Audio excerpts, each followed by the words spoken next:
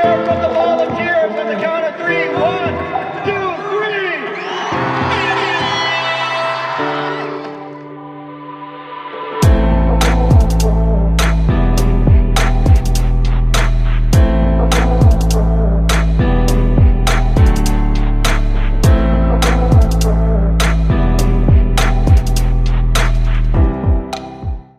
Good morning, everybody. Huh? Sorry, we were born ready. Yeah, I don't know about that. Sometimes I laugh with that.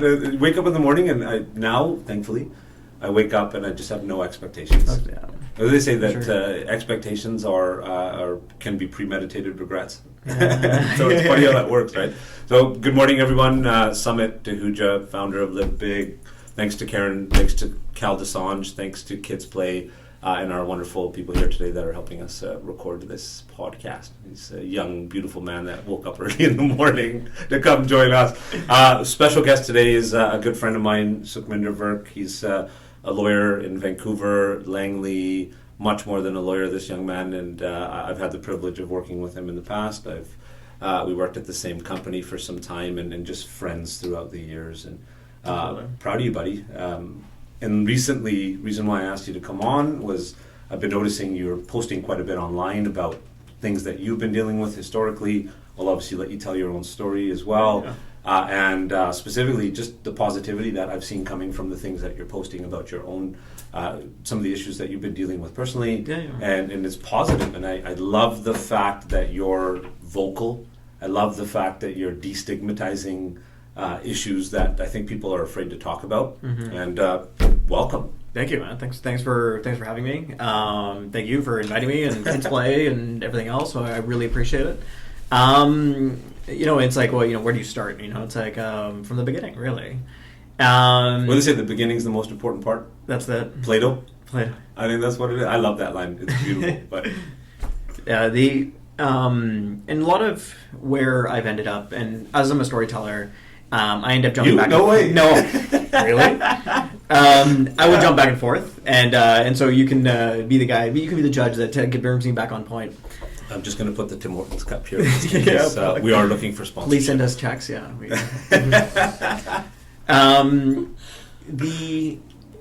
the beginning, this starts in the beginning, and a lot of this story is of the human condition. This is not my story. It's not your story. This is our story. And the story is one of pain. That's the truth.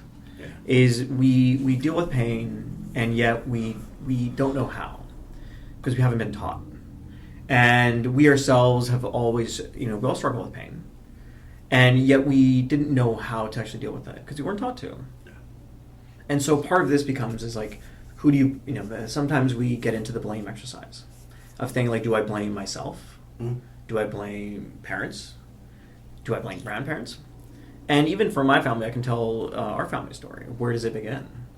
My great-grandfather died when my grandfather was young. I don't know the exact age. Yeah. He was bit by a snake. Shoot. Bleep.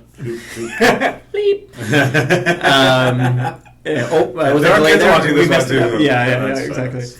Unedited and raw is the way we like to go here. So absolutely. Yeah. And so now we think about trauma. Yeah. Right? What we know about trauma now. So what trauma did my grandfather go through? And did he was educated in dealing with that trauma? Of course not. That was transmitted. And that goes to my father. And that goes to me. Yeah. And now when you learn to break that cycle, this moment where, you can resort to anger. Different ways to try to deal with it. Have you noticed, and I'll jump in here, that I've been taught now that we really, by way of our base defense mechanisms, it's fight or flight. Unless we're taught that there's so many other character ways to deal, or essentially I'll call them character assets, that we have emotions that we can employ, but we can't. And it's really fight or flight until we learn about the rest and more of them. So sorry to jump in, but I agree with you completely. No, for sure. And so with that, it's like, who do you blame? Mm-hmm. Do I blame Dad? Do I blame Grandpa? Do I blame Great-Grandpa? Do I blame the snake? Mm-hmm. It's just reality. And the acceptance of it and learning to deal with it and teaching oneself to actually address the pain. You know what's cool? When you said acceptance to me is a huge part of my life. and I'm a member of a support group for addiction-related support. And it says in our book, acceptance is the answer to all my problems. When I stopped living in the problem and began living in the solution, the problem went away. Yeah. Acceptance is the answer. Yeah. It's a beautiful, it just, to me, when I read that the first time, I was like, it doesn't really make any sense. Yeah. And then life experiences come in, right? And acceptance, like you said, it's one of the most beautiful parts, because you accept it, then you can move on. For sure. Yeah. Rather than let it ruminate and the thoughts continue to come in, and I love what you said there, because that to me sticks out so much. But like, you grew up in Surrey. Yep. 2 beautiful kids. Mm-hmm. Beautiful wife. I've met her. She's a gem. I still laugh all the time. I was like, I don't know how he got his wife. I have no idea how I got mine. I don't know why I laugh. The wife ever watches this. I'm lucky to have you. 2 beautiful kids. The wife. You've got a great family. Educated lawyer. You've been voted as the chair of the Justice Institute of BC. Mm-hmm. By all accounts, you're a successful East Indian male who's done the right things in life. Totally. Checked all the boxes. And then to hear you talk about pain, it's just, from an outsider's perspective, looking at your life with all the accolades and just the what you have going on for you, it's like, how can a person like you experience what you refer to as pain? Well, that's where it's always interesting, because we, so get back to the story. So I remember when I was first just finished law school. I remember at that time I was filled with anxiety. Mm. I ran a lot back then, and I didn't know what anxiety was. Okay. I didn't even know it was feeling it in myself. It was just, I had this worry. I'm like, okay, am I going to be a successful lawyer? Am I going to get a job? What am I going to do? And all these things. And so, as luckily I got articles, but I was incredibly stressed out about, am I doing a good job? Mm. And so part of it was like you end up going through a black hole, and it gets worse and worse, because you're not taught to, it's okay not to be okay. You're not even taught to talk about it. I love that. It's okay not to be okay. We'll get to later, even in terms of now, going through COVID and all how hard it is right now, and so in part of this was my personality. And this is like, how you grow up, is, put a smile on. Everything's fine, everything's fine, like everything's great. Yeah. And I'm a comedian, right? I'm a storyteller, tell crack jokes, and, you're always putting a smile on your face. Yeah. And so as you're, going through this, inside you're burning. You're burning up, and you're burning up yourself, and you're just marching forward, and you're just, the world around you says, everything's great. And so then, I started up my own firm, and I was like, okay, this, and a lot of this stuff is like, this will make me happy. Yeah. Right? And it's like, I got married, I had kids. I'm like, and part of me started to wonder. Run for political office? Yeah, run for political office. Yeah. Can't jump over that. Yeah, exactly. and to talk about raw truth here. Yeah. When I was running for the election, I was incredibly stressed out.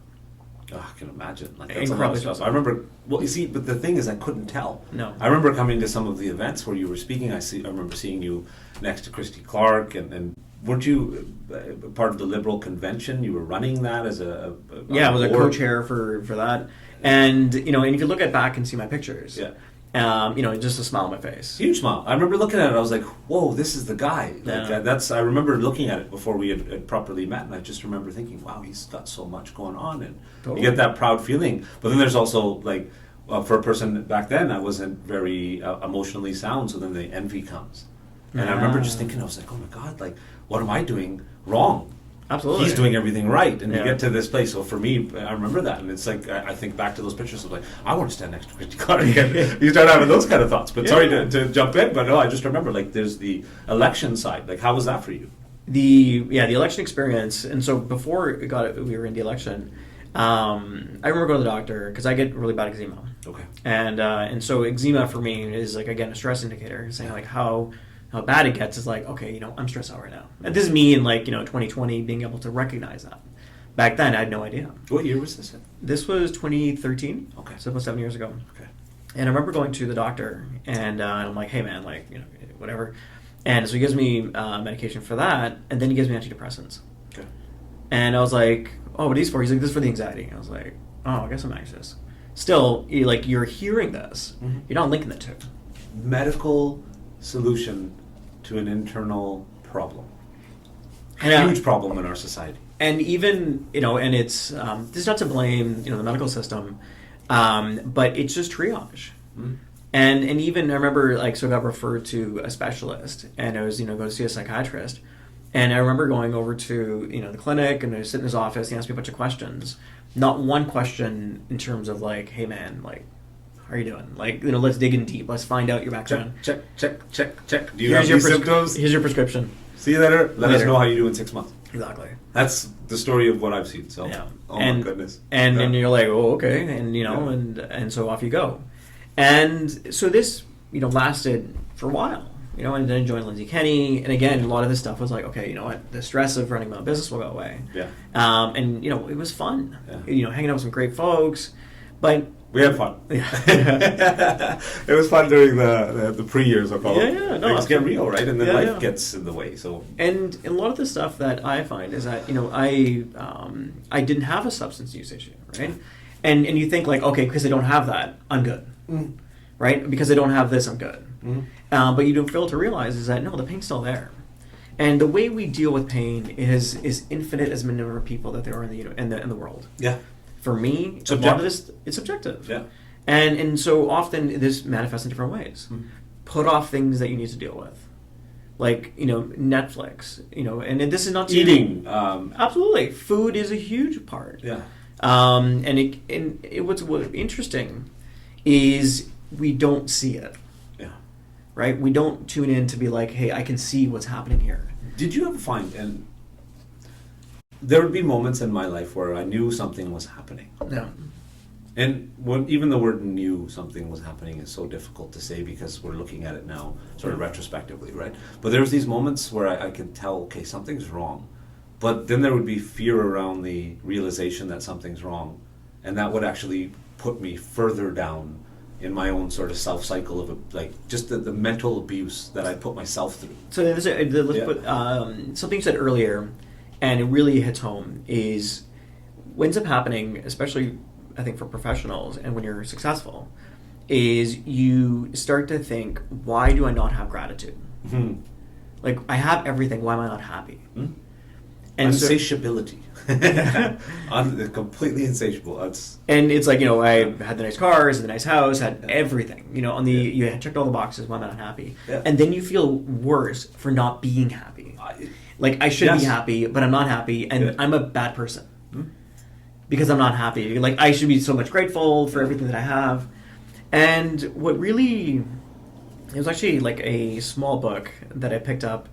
We went to Portland, and this was a boys' trip. I can't remember the year now. Mm-hmm. And we went down to Portland. Actually, there's a couple things happened. The first, I got into a car accident. It was after one of our Christmas parties. Oh, wow. Okay. And the next morning, it wasn't that night. And the next morning, I go to pick up the car. Hey, disclaimer. Disclaimer, right? Yeah. Legal counsel. What do we do for a living? Right, yeah. Yeah. And so the next morning, I go pick up the car, and I fell asleep at the wheel. I fell asleep at a red light. And, and it was we had a young son, and so I was incredibly tired, and, went to bed late, and I bumped into the car in front of me. Yeah. Incredibly grateful, lucky that there was a car in front of me. Yeah. Could have gone straight into the light, perhaps. Could have into the light. Yeah. And, it was a tap on the bump, and the guy, made a claim for it, and I was like, there was no claim. Yeah. That deductible was the best money I ever spent, because it saved my life. Perspective. Yeah, that's... And so Rita was like... in the moment, though. Oh, no, yeah. And Rita, she was like, I think you have sleep apnea. Yeah, okay. I was like, what? Yeah. I was like, no, I don't have sleep apnea. So I got tested, and they're like, no, you're not even sleeping. They're like, you're so bad that, you're, constantly awake. So I got the machine. And that was, one of the big first steps in terms of my health. Okay. Is getting sleep. And because I remember, I had a young son, and I would be waking up... I love sleep. Oh. It's few and far between with kids. It's so, this is I'm trying to be a health guy here. It's it's so underrated. Yeah. The quality you lost of sleep. a lot of weight, by the way. You look fantastic. Oh, I know. I was going to say, it's nice to see. Yeah. And even when we talk about, weight loss, is that it's, for me, the goal is not weight loss. Mm. It's just being healthy. Mm. And so weight loss becomes a part of it. But and so as I started to get sleep again, and remember the first day that I tried the machine. And because before that, I would my son would wake up in the middle of the night, and then you put him back down, and so it's like, okay, I'm groggy all the time, right? I'm always very lethargic. And I remember but Ken, you could not tell with you. No. We worked together from 2014 to 2017. Yeah. Early 2017. So it's amazing to hear you say this because while we're working together, you could never let on that any of this was going on for you. Totally. Yeah. And that's the thing. You're pulling up appearances. Mm-hmm. You're trying so hard to be like, okay, gotta put up a front. And I remember it was. Does it get exhausting? Oh, totally. Exhausting. Yeah. Just you have this appearance, and inside you don't feel the way that you're trying to project yourself to the rest of the world. No. And you have to. There's this energy boost you have to give yourself. Yeah. To be that person in the moment. Yeah. And then I would run into my office or anywhere else. I remember going to court, man, and towards the end of my active addiction, and I would be in tears in the washroom at the courthouse just because I had to muster up the energy and the will, even to say to get through those moments. Especially at the end, I remember just being terrified all the time. Yeah. And it was that grogginess, and just that feeling that would just be there. I felt like there was a cloud over me at all times. Absolutely. I don't remember, and obviously with the anxiety and stress, this is me playing doctor here and trying to self-analyze. Isn't that what we do best? Yeah, exactly. We'll think our way out of the problem. That'll help, right? Yeah. The mind's a problem, but I'll defeat it. By myself. Yeah. What ended up happening was I fell into depression. Anybody watching, that's a joke. Don't try this at home. There's a little line, no medical advice, no legal advice. What is that card? The lawyer's card for Christmas. We wish you, but in no way guarantee you a Merry Christmas. Yeah, absolutely. Yeah. And I fell into a very deep depression. Yeah. And I there were moments where it went from being anxious and the sadness to feeling nothing. Yeah. I don't remember. Numb. I don't remember the seasons. I don't remember the sunshine. I don't remember the rain. It was just perpetual gray. And I remember as I woke up out of my depression, I'm like, whoa, this tastes really good. I didn't taste food. Isn't it you end up eating even became not the enjoyable part, it was just sustenance. That's it. Because I had to. That was it. It's just quick. This is what even something you said before, it's like living in the general versus the specific. Because everything is just floating together. Yeah. And even negative moments would just extend further. Because everything for me became general. And now it's the different perspective where you can break the day down into specific moments. Yeah. Even if one moment is not the best, the next moment can be. That's it. And it's just that, right? Specific versus general. The funny thing is, the reason I asked to borrow your model for today, because Yeah. I broke mine, and it was a wooden one, and then I have a metal one. I told my mom, I need a bigger one, the metal ones, that can just sit there. And so part of this is as I'm sitting here talking to you, I want to stay in the moment. I want to be here in the moment, and this is my way of simply staying in the moment. Yeah. This is life right now. It's me, you, everybody in this room. It. I'm not elsewhere. I'm not at work. I'm not thinking about anything else. Yeah. I'm here talking to you. Yeah. Tell my story. Beautiful. And so the next moment was I was walking through. So the boys' trip down in Portland, and I picked up this small. It was just popped out to me. Have you been to? What was it the bookstore's name again? Powell's down in Portland. The place is amazing. It's the mecca for books, right? Is that the place with all the cool artwork too? When you walk in, I think so. Okay, it's been a while. Okay. And I remember this little orange book with a cover popped out to me. And to tell the book, I'll bleep out a little part of it because kids are watching. Oh, I think I know where you go with this. Is How to Beat the Big Mother Beep in Sad. Okay. And I was like, okay. So I sit down, and again, why did I, of all the millions of books in that store, why that one? I don't believe in coincidences. And so I sit down and I read cover to cover. Yeah. And there's a part of there, and what I vividly remember is the author. It was Adrian. I can't butcher his name. I should give him credit for this. But anyways, he talks about the grass growing along, the mail piling up, the newspapers piling up, money in your bank account, but bills not being paid on time. And I'm sitting there, and I was like, I had the epiphany. I had the moment. I was like, holy beep, I'm depressed. Wow. Right? And you're like, and part of it was I was